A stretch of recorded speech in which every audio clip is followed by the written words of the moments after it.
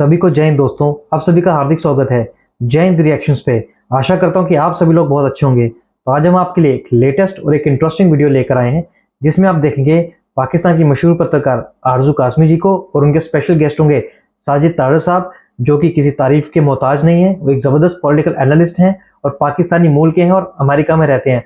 और ये दोनों चर्चा करेंगे भारत और पाकिस्तान के रिश्तों पर, और जो पाकिस्तान के अंदरूनी हालात हैं, जो खासकर पाकिस्तान में पॉलिटिकल इंस्टेबिलिटी है उस पर। तो ये वीडियो बहुत इंटरेस्टिंग होगी, बहुत नॉलेजेबल होगी, आपको बहुत कुछ जानने को मिलेगा। तो इसे अंत तक देखें। तो चैनल पर नए हैं तो चैनल को सब्सक्राइब कर दें, ताकि आपको इसे इंटरेस्टिंग और लेटेस्ट वीडियोस देखने को मिलती रहे।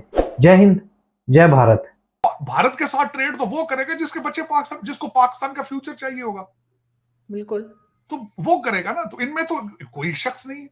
हाँ, मुझे उम्मीद ये जरूर है, अपने नए आर्मी चीफ से मुझे उम्मीद है, और वो भी अगले दिन उस मीटिंग में बैठे थे जब शहबाज शरीफ साहब ने फरमाया था कि हम भारत के साथ ट्रेड चाहते हैं। तो अल्टीमेटली ये बड़ी मुझे अच्छी लगी थी बात कि at least he is on the same page कि भारत के साथ ट्रेड जरूरी है और वही करेंगे, और उन्हीं का ये पोर्टफोलियो भी है और वही ये सलाहियत रखते हैं। मेरे ख्याल में आगे आने वाले दिनों में अब ये डिपेंड करता है कि भारत, क्योंकि वो अमेरिकन इस वक्त उनके साथ है, इस वक्त आइदर उनको सूट करेगा नहीं करेगा, पॉलिटिकल उनके हालात क्या हैं, उनके पास वो चाहेंगे, वो ट्रस्ट करेंगे नहीं करेंगे, ये उन पे डिपेंड करता है। ये वन वे स्ट्रीट तो नहीं है। जब भी दो मुल्कों के दरमियान बात होती है तो it's a two way street.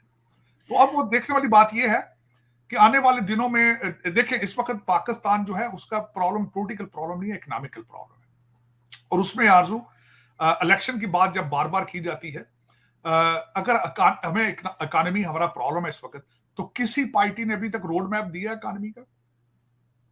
किसी ने नहीं दिया सर। फिर इन पार्टियों में से किसी को चूज करने का कौम को क्या फायदा है, या पाकिस्तान किस तरह, पाकिस्तान की क्या जरूरत है, मजबूरी है ये इलेक्शन जो है।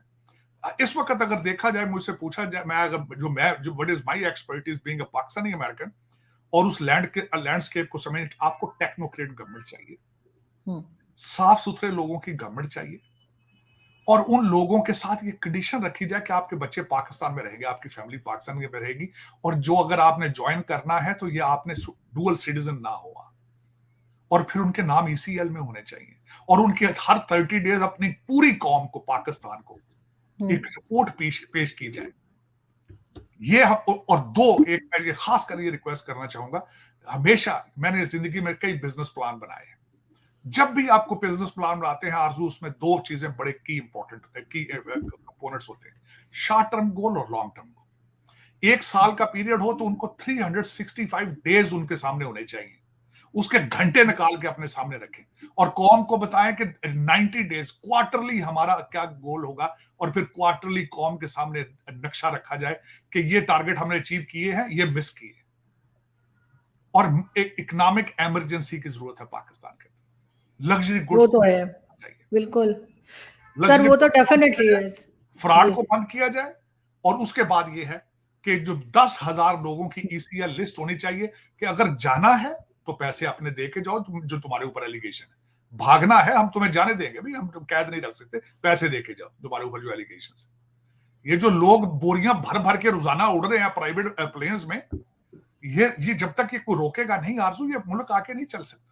सर, वो आपने देखा जो बाप पार्टी की मीटिंग हो रही थी लॉन में, और उसमें उन्होंने बड़े बड़े चिलर लगा रखे थे, जो रूम्स में लगाए जाते हैं, 4-5 लगा रखे थे, और लोगों ने कहा लगता है इनको बिल नहीं आना बिजली का। देखें, कल सबसे बड़ी बात तो यह है कि आखिरी तकरीरें हो रही थी, उसमें हमारे ख्वाजा आसिफ साहब ने फ्लोर पे खड़े होकर बताया है, फ्लोर पे खड़े होकर उन्होंने कहा कि ये सियासी अदालतें जो हैं, मैं वाज शॉक्ड, ये सियासी अदालतें हैं, इनके अंदर कौन कौन से अरबपति जो पाकिस्तान के मालिक हैं, उन्होंने कितने कितने पैसों का स्टे ले रखा है, और ये जो हमारी रॉयल जुडिशरी है उस पर कोई काम नहीं कर रही। और फिर उन्होंने बताया कि किस तरीके से लोग बिजली चोरी कर रहे हैं, और आपके वापडा के साथ मिलकर चोरी होती, चोरी एक तरफ से नहीं होती। बिल्कुल। लेकिन आरजू देखें, मैं हमेशा ये कहता हूं कि ये एक आपको बहसीते कौम, आज आप फेल हो रहे हैं तो बहसीते कौम हो रहे हैं, बहसीते आप एक सोसाइटी कोलैप्स कर। जब तक ये पूरी सोसाइटी मिलके नहीं बचाना चाहेगी पाकिस्तान को, पाकिस्तान बचने की कोई गुंजाइश नहीं। This is not a one way, एक आदमी आएगा ऊपर वो 4 काले बकरे जो है उसको ज़बह कर देगा और एक जो बीबी है वो अंदर बैठ के मंत्र पढ़ेगी और कौम सारी ठीक हो जाएगी। This is beyond that, this is beyond that. ये एक तजर्बा हमें पिछले जो इमरान प्रोजेक्ट में एक हमारे साथ तजर्बा किया गया है, वो ये कहा गया था कि ऊपर बैठा इंसान अगर ईमानदार होगा तो कौम सारी ईमानदार होगी। तो वो अपनी कैबिनेट ही नहीं ईमानदार बना सका, वो बाहर किसकी बात करेगा। उसके घर के अंदर जब फाइल दी गई थी, हमारे आर्मी चीफ साहब ने जब फाइल दी थी कि ये फाइल पढ़ लेना, ये क्या हो रहा है तुम्हारे घर के अंदर, तो वो सीख पा हो गए थे। तो इस तरह कौमें नहीं चलती ना।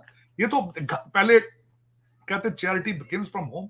जब आपके घर आपके नाक के नीचे सारा कुछ हो रहा हो, और फिर आज भी कह रहे हो, आप देखें जो ड्रामे बन रहे हैं। मैं हैरान हो गया हूँ, आपके एक एंकर ने कहा है कि पहले बाहर पोर्ट्रे किया जा रहा है कि खान साहब तो अंदर बैठ के मुराकबे में है, वो उठते हैं, तहज्जुद करते हैं, तिलावत शुरू कर देते हैं। तो वो उस बंदे ने बताया 12 घंटे उनके सोने की नींद की गोली उन्होंने कल मांगी, 11-12 घंटे सोते हैं।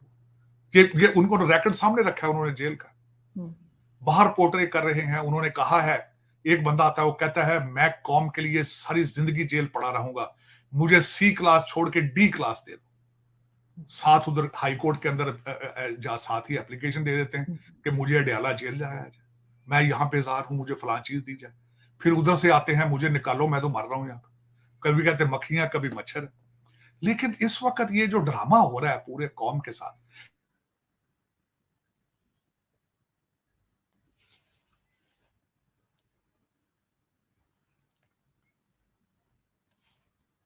सर आपकी आवाज नहीं आ रही।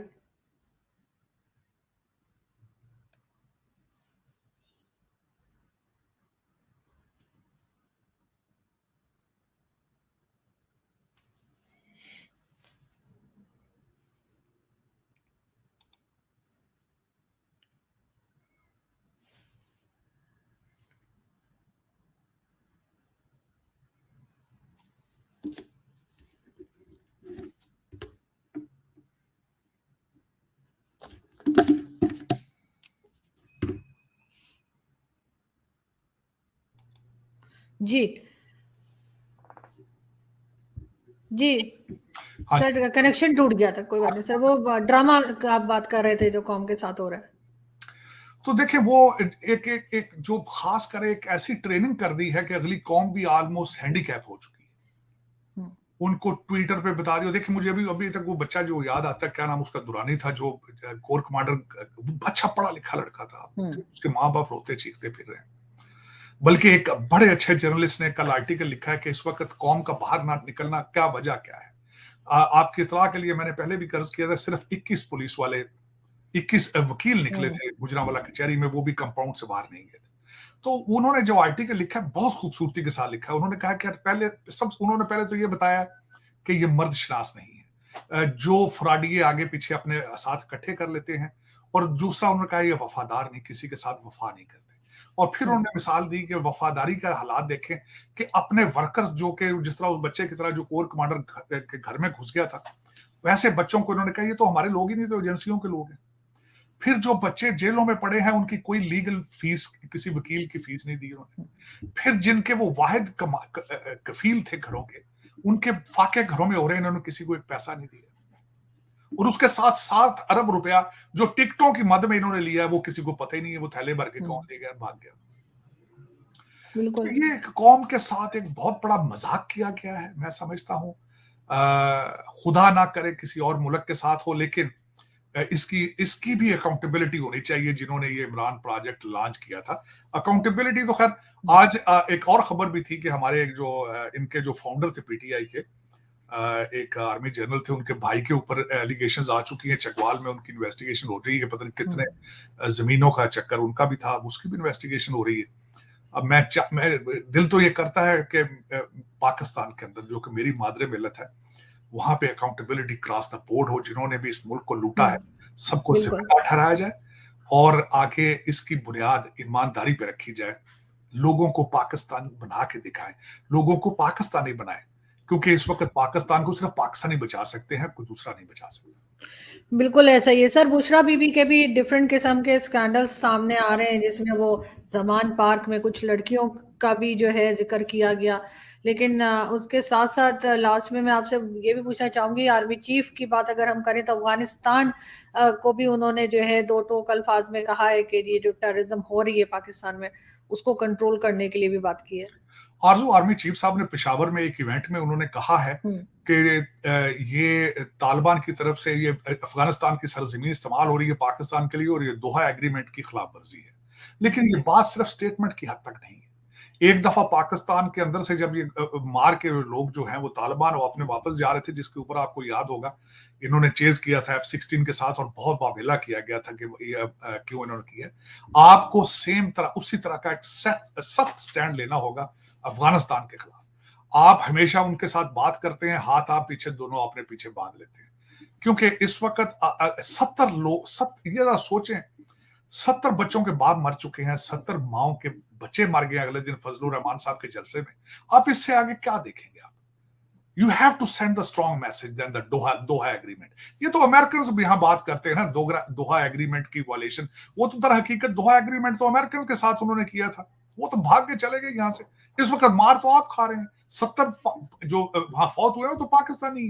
तो आर्मी चीफ साहब को भी चाहिए कि स्ट्रॉन्ग मैसेज भेजें, उसके बगैर गुजारा नहीं है। ये जिस तरीके से आप अफगानिस्तान को भी लवी डवी करके कहते हैं कि हम आपने ये किया तो हम नाराज हो जाएंगे आपसे, तो इससे बात आगे जा चुकी तो है। सर हमने भी तो बहुत गेम खेली है ना, हमने भी तो डबल गेम खेली है अफगानिस्तान के साथ। वो आपने हमने डबल उनकी तो आपने देखे, वो तो तभी तो वो कैसे भूलेंगे। नहीं। जिस तरीके से मैंने आपको पहले भी एक दफा कहा था, जितनी नफरत इस वक्त बंगाली आपसे करते हैं उतनी ही नफरत अफगानी बच्चे आपसे करते हैं, क्योंकि उनको बताया गया है कि आपके इंटरेस्ट को पाकिस्तान ने बेचा है। और इसमें कोई ढगी छुपी बात नहीं है। आपने लंदन में प्रॉपर्टी या टोरंटो के महल्लात जो हैं वो रुपयों से नहीं खरीदे, ये अमेरिकन डॉलर से आए थे, और अफसोस के साथ कि वो कंटेनर्स में जाते थे डॉलर, इतने गए वहां पे, और आपने भरपूर फायदा उठाया उसका। और सबसे बड़ी वजह यह है कि उन्हीं डॉलरों के तो आज भी गश पड़ रहे हैं आप, कि किसी तरीके से फिर डॉलरों की बारिश हो। लेकिन अब कोविड के बाद दुनिया सारी इकानमी खराब है, पूरा दुनिया का इस वक्त फोकस देखे ना, कहीं और भी जाना था ना। आप जो इस वक्त आप करते रहे हैं आजकल वो यूक्रेन में हो रहा है। वो यूक्रेन का जो इस वक्त जो प्रेसिडेंट है डिफेक्टो किस्म का, ही वाज कमेडियन। आप फ्यूचर में देखेंगे he will be the one of the richest person. वो जो पैसा अमेरिकन डॉलर जा रहे हैं वो सारे दुबई लेके जा रहा है, लंदन लेके जा रहा है, वहां पे भी बड़े बड़े बैठे हैं इस वक्त फ्राडी। जिस तरीके से आपने प्रॉपर्टियां बनाई हैं अब यूक्रेनी बना रहे हैं। लेकिन दुनिया का फोकस चेंज होता है, अगला फोकस आएगा यूक्रेन के ऊपर, और उस पर फिर नए लोग पैसे बनाएंगे, नए कंट्रीज जो है, क्योंकि वार एक बहुत बड़ा बिजनेस है पूरी दुनिया के अंदर। अमेरिका की इकानमी तो खड़ी जो है वो मिलिट्री इंडस्ट्रियल कॉम्प्लेक्स के ऊपर है, और ये आपने भी उसका भरपूर फायदा उठाया। आपके भी यहाँ पे हर वक्त जो वॉशिंगटन डीसी और डिफेंस यूनिवर्सिटी के अंदर हर वक्त लाइनें होती थी आपके आर्मी के अफसरान की। लेकिन ये कि अब देखें वो तो खैर, और लोगों को पता है इस चीज का, अफगानियों को भी पता है इस चीज का। आपको ये भी बताना चाहूंगा, आप कह रहे हैं कि आपके साथ अफगानिस्तान आपको छोड़ के कतर के साथ क्यों चला गया था। फाइनल नेगोशिएशन डिस्कशन कतर ने की थी, आपके ऊपर एतमाद नहीं था। तो ये वजूहात है। चले, लेकिन देख मैं जिस चीज पे बिलीव करता हूँ आरजू, वो पास्ट है, हमको फ्यूचर में जाना है, नई उम्मीदें रखनी होंगी, नए लेकिन सर बिल्कुल सर आप सही करें, लेकिन सर जिन लोगों को हमने हमारी वजह से तकलीफ हुई, चाहे वो भारत हो या अफगानिस्तान हो, वो इतनी आसानी से भूलेंगे तो नहीं जो कुछ प्रॉब्लम हुई। आरजू लीडरशिप की जरूरत है, पाकिस्तानी लीडरशिप की जरूरत है, जो इन चीजों के बारे में सही फैसले कर सके, सही फैसले कर सके। अफगानिस्तान के केस में कहते हैं ना, स्टिक एंड कैरेट पॉलिसी रखनी चाहिए कि उनको पता हो कि इनके साथ मैस भी नहीं करना और साथ आप उनके ट्रेड भी करें। मैं हमेशा इस चीज की मिसाल देता रहता हूं, आप भारत और चाइना के रिलेशनशिप देखें, बॉर्डर कॉन्फ्लिक्ट भी है, एक दूसरे के सामने फौजें भी खड़ी हैं, लेकिन ट्रेड भी हो रहा है। अमेरिका के हालात देख लें, अमेरिका इस वक्त चाइना को सख्त उसके खिलाफ सैंक्शन भी लगाना चाहता है और भी कुछ कर रहा है, लेकिन ट्रेड फिर भी हो रहा है। आपको ये अप्रोच रखनी होगी, आपको नेगोशिएशन भी शुरू करनी होगी, हालात ठीक करने की तरफ जाने की कोशिश करनी चाहिए, लेकिन trade is very important for you. Sir major Gaurav Arya का कहना है कि पाकिस्तान गरीब मुल्क नहीं है, मिसमैनेज है। आपके ख्याल से? मैं बिल्कुल एग्री करूं। आपको इस IMF के पैकेज की कोई जरूरत नहीं थी, फ्रैंकली स्पीकिंग। आपके पास आपकी जो रूलिंग एलीट है उसके पास इतना पैसा, अब इस्लामाबाद के जिस शहर में आप बैठी हैं, इनकी घरों की बेसमेंट डॉलरों पाउंडों से भरी पड़ी है। अब तो बैंकों में भी नहीं रखते ना, वो तो अब सराहने और रजाइयां तो छोटी पड़ चुकी हैं।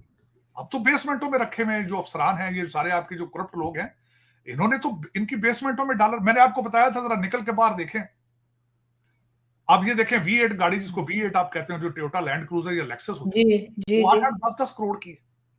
बिल्कुल किसी F8 के F7 के घर के बाहर जाए 6-6 खड़ी है वहां पे। ऐसा ही है। पेट्रोल जितना मर्जी महंगा हो जाए, कभी आपने देखा है कभी पेट्रोल पंपों के ऊपर लाइन कम हो? बहुत पैसा आपके पास, नहीं बहुत पैसा। क्योंकि आपको कोविड का दिया गया पैसा आपने वो असली जगह नहीं पहुंचाया। आपको अफगानिस्तान के लिए अमेरिका का पैसा आया कंटेनरों में, वो असली जगह नहीं पहुंचा। तो वो कहां है? वो पैसा लाहौर, कराची और इस्लामाबाद और पेशावर।